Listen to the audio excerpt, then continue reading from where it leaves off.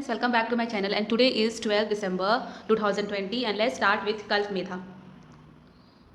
Albert Einstein ने कहा, तुम अच्छे कामों के बीज बोते रहो क्योंकि तुम्हें पता नहीं है कि इनमें से कौन सा फल देगा। हो सकता है सभी फल देने वाले हो जाएं।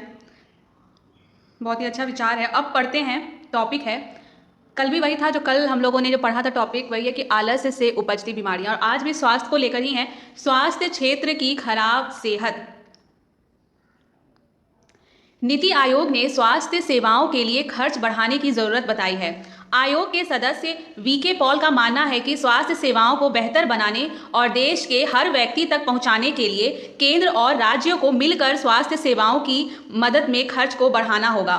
यह कटु सत्य है कि हमारे देश में आबादी के हिसाब से स्वास्थ्य सेवाएं दयनीय स्थिति में हैं। भारत में स्वास्थ्य सेवाओं में सकल घरेलू उत्पाद मीन्स जीडीपी का मात्र 1.5% ही खर्च होता है।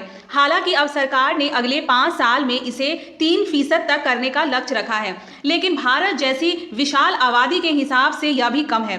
दुनिया के कई देश स्वास्थ्य सेवाओं की मद में 8 से 9% तक खर्च कर रहे हैं। कोरोना काल ने एक बार फिर हमारे देश की लचर स्वास्थ्य सेवाओं की पोल खोल दी है। यदि देश का स्वास्थ्य ढांचा बेहतर होता तो कोरोना काल में जनता को ज्यादा सुविधाएं भी दी जा सकती थी।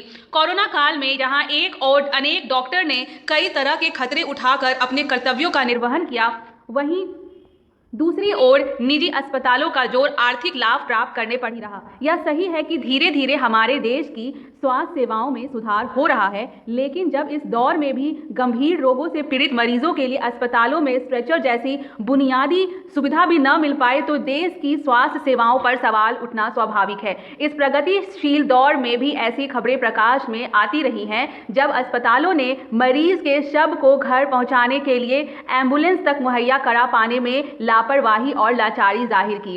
इस समय पूरा विश्व कोरोना विषाणु को लेकर चिंतित है, तो दूसरी तरफ हमारी चिंता यह है कि भारत जैसे देश में इसका संक्रमण कैसे रोका जाए। यह दुर्भाग्यपूर्ण ही है, भारत जैसे देश में संक्रामक रोगों को रोकने की कोई कारगर नीति नहीं बन पाई है। 1940 के बाद से संक्रामक रोगों से प्रभावित होने वाले लोगों की संख्या बढ़ी है। तब से अब तक कई तरह की बीमारियां सामने आई हैं। भविष्य में और नए नए रोग आने की आशंका से भी इनकार नहीं किया जा सकता। विज्ञान पत्रिका नेचर में प्रकाशित एक अध्ययन के अनुसार संक्रामक रोगों के बढ़ने की बड़ी वजह मानव शास्त्रीय और जनसांख्यिकीय बदलाव है। पिछले दिनों अमेरिका के hospital for disease diagnosis economics and policies द्वारा जारी एक रिपोर्ट में बताया गया था कि भारत में लगभग 6 लाख डॉक्टरों और 20 लाख नर्सों की कमी है।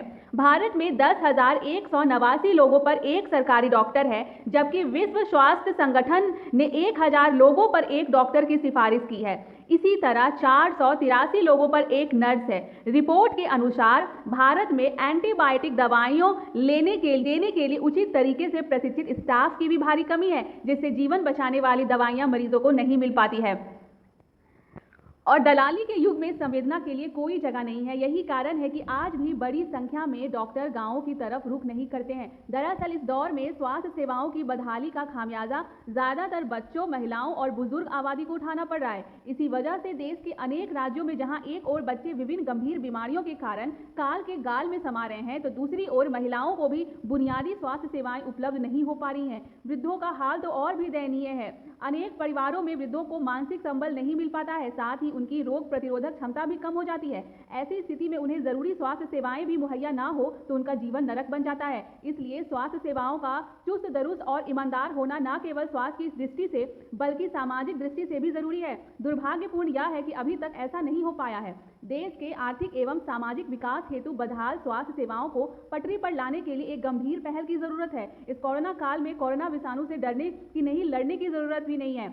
अब समय आ गया है कि सरकार बदहाल स्वास्थ्य सेवाओं में सुधार करने और संक्रामक रोगों को रोकथाम के लिए एक दीर्घकालिक नीति बनाए।